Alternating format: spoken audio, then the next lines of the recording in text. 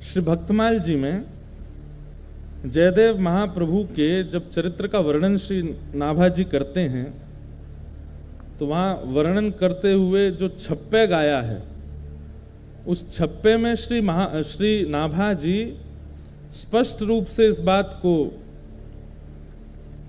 सबको बता रहे हैं। क्या? जयदेव कवि नभ चक्कवे खंड मंडलेश्वर आन कवि प्रचुर भयो तिहु लोक गीत गोविंद उजागर। बहुत ध्यान से सुनिएगा आज, क्योंकि गीत गोविंद, कल भी गीत गोविंद हमने गाया, आज भी गीत गोविंद, और महाप्रभु जी को इतना प्रिय है, इतना प्रिय है, उसके बारे में थोड़ी हम चर्चा करें। प्रचुर भयो तिहु लोक गीत गोविंद उजागर। गीत गोविंद की महिमा केवल पृथ्वी पर नहीं है। एक बार की बात है कि एक राजा थे, उन राजा के यहां पर देवता भी आते थे, गंधर्व भी आते थे, पाताल लोक के नाग नागिन भी आते थे। तो एक बार उन राजा के उस सभा में, सब लोग इधर देखो, बहुत ध्यान से सुनो, देवी देवता गंधर्वजन और पाताल लोक के, रसातल लोक के, यमलोक के सब जीव भी वहां आए हुए थे, सब देवी देवता आए हुए थे।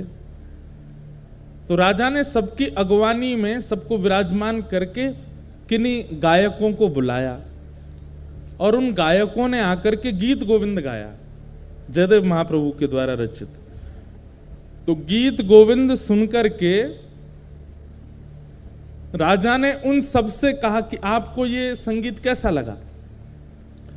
तो स्वर्गलोक के देवी देवता और रसातल लोक के यमदूत आदि ये सब क्या बोले? बोले ये तो हम रोज सुनते हैं। क्यों? बोले हमारे लोकों में भी इसका पाठ होता है। तब से ये बात प्रचलित हुई कि भैया गीत गोविंद केवल पृथ्वी पर प्रचलित नहीं है, इसको तीनों लोकों में सुना जाता है, सब सुनते हैं। अगर व्यक्ति को गीत गोविंद याद हो, और भगवान ना करे ऐसा कभी हो नहीं सकता कि गीत गोविंद याद हो और उसको यमदूत पकड़ने आ जाएं। यमदूत कब आते हैं? मृत्यु काल में आते हैं। वैसे तो गीत गोविंद याद करने वाले को यम यातना नहीं भोगनी पड़ेगी, लेकिन बाई चांस फिर भी जीवन के अपने व्यवहार स्वभाव नहीं बदले, लेकिन गीत गोविंद याद कर लिया और अंतिम काल में उसके व्यवहार स्वभाव के कारण कहीं अगर यमदूत आ गए और उसने केवल अगर इतना ही गा दिया ना, श्रुत कमला कुछ मंडल धृत कुंडल ए, तो यमदूत वहीं हाथ जोड़ करके खड़े हो जाएंगे, हाथ जोड़ कहेंगे भैया तुम यमलोक के अधिकारी नहीं हो, चलो हम तुम्हें सीधे महाप्रभु जगन्नाथ जी के पास ले चलते हैं। और यमदूत तो क्या ले जाएंगे, यमदूत वहां से अंतर ध्यान होंगे, विष्णु दूत आएंगे और लेकर के जाएंगे। गीत गोविंद का ऐसा भाव। तो प्रचुर भयो तिहु लोक गीत गोविंद उजागर, तीनों लोकों में उसका गुणगान गाया जाता है, केवल पृथ्वी लोक पर गीत गोविंद प्रचलित नहीं है। हमने तो कितने अनुभव किए हैं। गीत गोविंद के प्रति एक हम आप लोगों को सावधानी बताना चाहते हैं, बस वो ध्यान से सुनिए।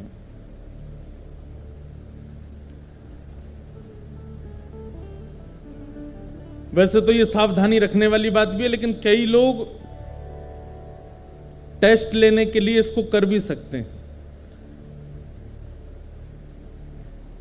कि प्रयास करें कि गीत गोविंद जब गाया जाए और गीत गोविंद का जब पाठ किया जाए तो उस समय स्थान, मौसम और लोगों को देख लिया जाए। अगर स्थान उचित नहीं है, ये विचार कर लेना चाहिए कि महाप्रभु अगर जगन्नाथ जी यहां आए तो उनके योग्य व्यवस्था है कि नहीं।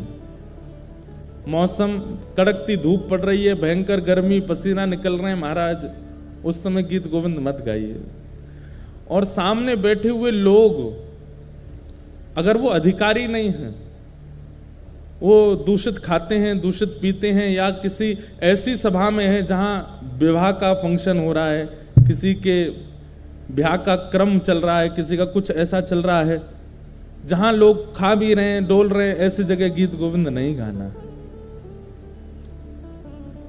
अधिकार का विचार करके गीत गोविंद का प्रस्तुतिकरण और गायन करना। अब ये भागवत की कथा है, यहां सब योग्य बैठे हैं, महाप्रभु जी विराजमान है, भागवत जी विराजमान है, इतने सारे वैष्णव विराजमान, यहां गीत गोविंद गाएं, ठाकुर जी आएंगे विराजेंगे।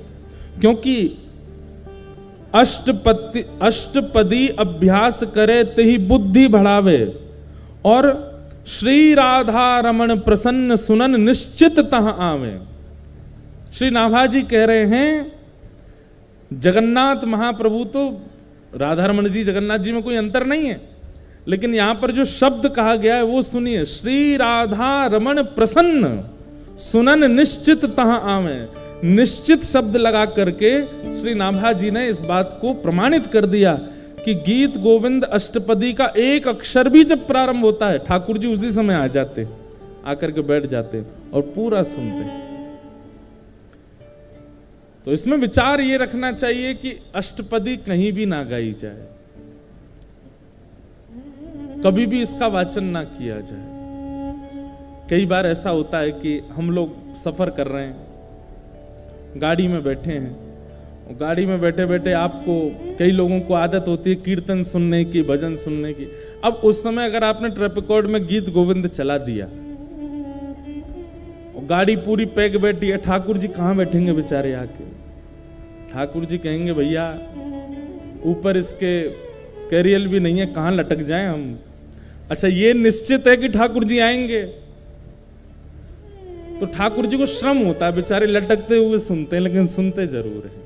अच्छा, इसमें एक चीज हम कह सकते हैं कि जैसे सीडी में चल रहा है, किसी का गाया हुआ चल रहा है, मतलब आधुनिक यंत्र से अगर गीत गोविंद गाया जा रहा है तो ठाकुर जी हो सकता है नहीं आते होंगे, लेकिन कोई भक्त बैठ करके गाता होगा तब तो ठाकुर जी निश्चित आते हैं। तो इसलिए उस समय सावधानी रखो, गाने में कोई अपराध नहीं लगेगा आपको। भक्तमाल जी में एक लीला आती है कि एक माली की बेटी थी, उसको गीत गोविंद याद हो गया। वो गीत गोविंद कब गाती थी? जब अपने बगीचे में बैगन तोड़ने जा रही थी एक दिन। अब बैगन तोड़ने के लिए जा रही थी तो सघन वन था, वहां कांटे लगे हुए थे। अब वो तो बच बचा के निकल रही थी अंदर और गाती हुई जा रही थी। महाप्रभु जगन्नाथ जी व्याकुल हो गए, कोई गीत गोविंद गा रहा है, और तुरंत दौड़े ठाकुर जी। और ठाकुर जी इतने रसिक हैं गीत गोविंद के कि ऐसे नहीं कि दूर बैठ के सुन लिया, कोई गा रहा है तो वहीं से नहीं, सामने बैठ के सुनते हैं, श्रोता का पूरा निभाते हैं नियम। अब वो तो सघन वन में कुंजों में घुसती जा रही थी। महाप्रभु जगन्नाथ जी सोचे कहां से आ रही आवाज, इनमें ये कांटों के वृक्ष लगे हैं, बेल छाई है, इसमें भीतर घुसी हुई है, वहां से बैगन तोड़ती हुई गा रही है। महाप्रभु जगन्नाथ जी हैं भी खूब विशाल, खाते पीते घर के हैं, मोटे ताजे हैं। अब जैसे ये घुसे भीतर, सोचो कभी कभी इमेजिन करो इनके स्वरूप को, ये कैसे घुसे होंगे भीतर। जैसे ही भीतर पहुंचे तो कहीं कहीं से तो वस्त्र फट गए इनके, कहीं पर कांटे लग भी गए, लेकिन मधुर मुस्कान ठाकुर जी सुन रहे हैं। कभी कभी लगता है कि महाप्रभु जगन्नाथ जी 24 घंटे प्रसन्न मुद्रा में ही रहते हैं। क्यों? क्योंकि 24 घंटे कहीं ना कहीं गीत गोविंद चलता ही रहता है, इसलिए ठाकुर जी प्रसन्न रहते हैं, इतना प्रिय है ठाकुर जी को। तो महाप्रभु जी उसका गीत गोविंद सुन रहे थे, बड़े भाव से गा रही थी। जैसे गीत गोविंद विश्राम हुआ, महाप्रभु जी दौड़े मंदिर के लिए। मंदिर में जाकर के विराजमान हुए, तभी पुजारियों ने देखा बलभद्र जी सुभद्रा जी के वस्त्र तो बिल्कुल बढ़िया हैं और ये इनके अस्त व्यस्त हो गए, फट गए जगह जगह से। पूछा, हे महाप्रभु जी, ये आपके वस्त्र कैसे फट गए? तब महाप्रभु जी ने ये भाव बताया कि मुझे गीत गोविंद बहुत प्रिय है, और कोई व्यक्ति कभी कहीं गाता है तो मुझे, मेरा मन होता है कि मैं वहां पहुंच जाऊं। अभी कहां गए थे? तो बताया, बोले एक माली की बेटी है, बैगन तोड़ के गाती है, मैं घुस गया भीतर, फट गए मेरे वस्त्र।